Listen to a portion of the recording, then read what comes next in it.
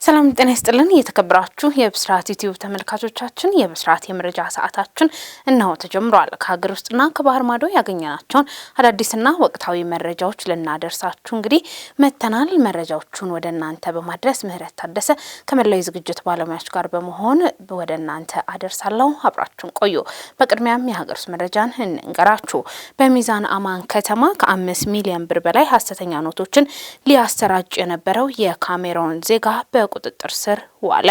በቤንች ሸኮ ዞን ሚዛን አማን ከተማ የካሜሮን ዜግነት ያለው ግለሰብ ከ5 ሚሊዮን ብር በላይ የሐሰት ብር ሊያሰራጭ ሲል ከነግብረ አበሮቹ በቁጥጥር ስር መዋሉን የዞኑ ፖሊስ አስታውቋል።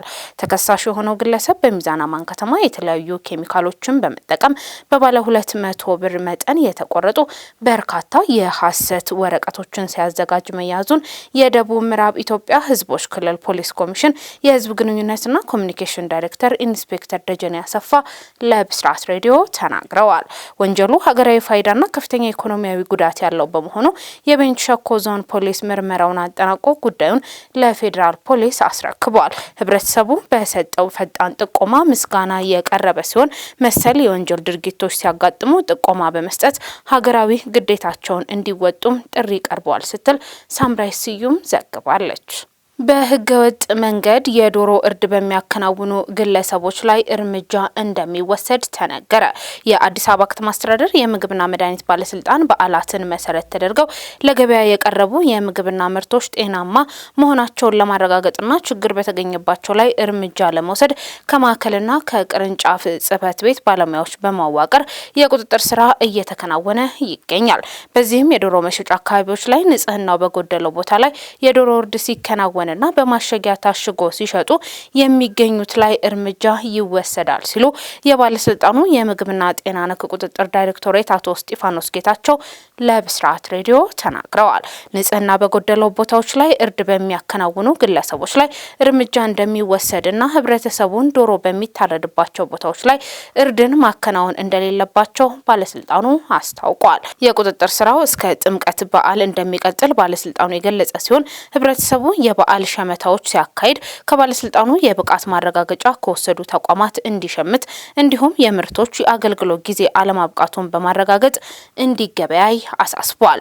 በግብይት ወቅት የሚከሰቱ ህገወጥ አሰራሮች ሲመለከቱ በተቋሙ ነጻ የስልክ መስመር 8864 በመደወል እንዲሁም በአቅራቢያው ለሚገኝ ደንብ ማስከበር ጥቆማ ሊሰጡ ይገባል ሲሉ አቶ እስጢፋኖስ ጌታቸው ጨምረው ለብስራት ሬዲዮ ተናግረዋል ስትል ሳምራይ ስዩም ዘግባለች።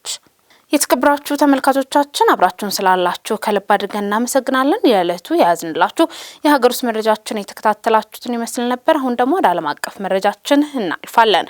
የምዕራብ አፍሪካ ሀገራት ቡድን አሜሪካ የወሰደችውን ወታደራዊ ዘመቻ ተከትሎ የቬንዙዌላ ነጻነት እንዲከበር አሳሰበ። የምዕራብ አፍሪካ ኢኮኖሚ ማህበረሰብ ኢኮዋስ የፕሬዝዳንት ኒኮላስ ማዱሮና ባለቤታቸውን በቁጥጥር ስር ለመዋል የተደረገውን የአሜሪካ ወታደራዊ ዘመቻ የዓለም አቀፉ ማህበረሰብ የቬንዙዌላ ነጻነትንና የግዛት አንድነትን እንዲያከብር አሳስቧል። ኢኮዋስ በሰጠው መግለጫ በቬንዙዌላ የተፈጠረውን ወቅታዊ ሁኔታ እንደሚያሳስበውም ገልጿል። ኢኮዋስ መንግስታት ሽብርተኝነትና እጽ አዘዋዋሪዎችን ጨምሮ ዓለም አቀፍ ወንጀሎችን የመዋጋት መብታቸውን ቢቀበልም በዓለም አቀፍ ሕግ በተለይ በተባበሩት መንግስታት ቻርተር አንቀጽ 2 ላይ የተደነገገውን ሉዓላዊነትና የግዛት አንድነትን የማክበር ግዴታቸውን ለዓለም አቀፍ ማህበረሰብ ለማስታወስ ይፈልጋል ብለዋል። ህብረቱ ከቬንዙዌላ ህዝብ ጋር ያለውን አጋርነትም ገልጿል። በቬንዙዌላ ቅዳሜ በአሜሪካ ወታደራዊ ዘመቻ የሞቱ ሰዎች ቁጥር 80 መድረሱን ኒውዮርክ ታይምስ መዘገቡ ይታወሳል። የቬንዙዌላ ከፍተኛ ባለስልጣንን በመጥቀስ ኒውዮርክ ታይምስ ቁጥሩ ከዚህ በላይ ሊጨምር እንደሚችል ዘግቧል። ከዚህ ዘገባ አስቀድሞ የቬንዙዌላ መከላከያ ሚኒስትር ቭላዲሚር ፓድሪኖ እንዳሉት ቁጥሩን በትክክል ባይገልጹም የፕሬዝዳንት ማዱሮ የጸጥታ ቡድን ከፍተኛ አባላት መገደላቸውን አስታውቀዋል። የኮሎምቢያ ፕሬዝዳንት ፔትሮ ከትራምፕ ዛቻ በኋላ ለወታደራዊ ኃይላቸው ከፍተኛ ማስጠንቀቂያ ሰጡ። ትራምፕ ለጋዜጠኞች እንደተናገሩት ኮሎምቢያና ቬንዙዌላ ሁለቱም በጣም ታመዋል። እናም በቦጋታ የሚገኘው የኮሎምቢያ መንግስት የሚመራው ኮኬን በማምረት ለአሜሪካ መሸጥ የሚወድ በሽተኛ ነው ማለታቸው ይታወሳል።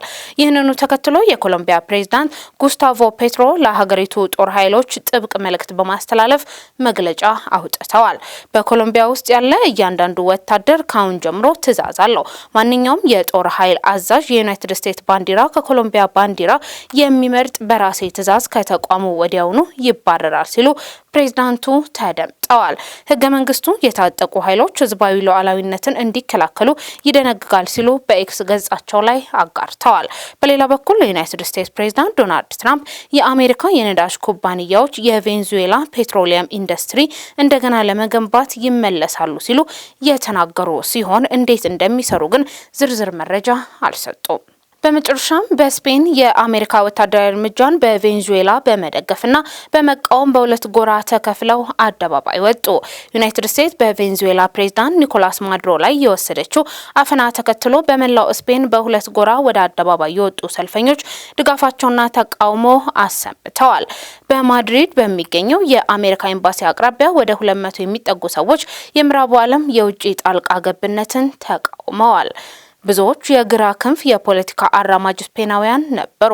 በከተማው ውስጥ በሌላ ቦታ ለቬንዙዌላውያን የማዱሮ መወገድ አዲስ ጎህ ሊሆን ይችላል ያሉ ሰልፈኞች ደግሞ ለተከታታይ 2 ምሽቶች ደስታቸውን ለማሰማት አደባባይ ወጥተዋል።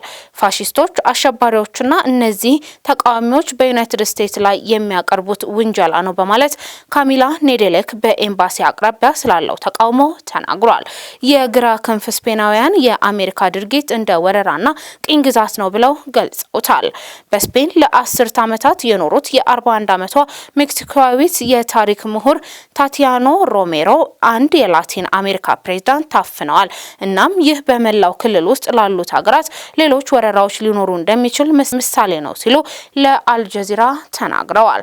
በማድሪድ ኮምፕሉቴንስ ዩኒቨርሲቲ የኢኮኖሚክስ ፕሮፌሰር የሆኑት ካርሎስ ሳንቼዝ የሚፈልጉት ቅኝ ግዛት በዓለም ላይ እጅግ አሳፋሪ በሆነ መንገድ በቬንዙዌላ ሕዝብ ላይ ፈጽመዋል ብለዋል። ነገር ግን ቬንዙዌላውያን የሀገሪቱን ተቃዋሚ ኃይል ደጋፊዎች ወደ ሀገራቸው ለመመለስ ተስፋ በማድረግ የማዱሮን ጠለፋ ለዚያ ግብ የመጀመሪያ እርምጃ እንደሆነ ያምናሉ። የቬንዙዌላ ዜግነት ያለው ጃሰን ኦሱሪዮ ለአልጀዚራ እንደተናገረው ወደ ቤቴ ልመለስ፣ ወደ ሀገሬ ልመለስ፣ ወደ ከተማዬ ልመለስ፣ ትምህርቴን መቀጠል እፈልጋለሁ ሲል ተደምጧል።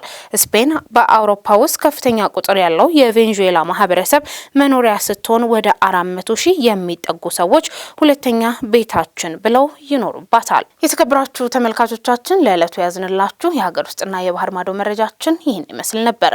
መረጃዎቹን ወደ እናንተ በማድረስ ምህረት ታደሰ አብሬያችሁ ቆይታ አደረግኩ። ሰላም።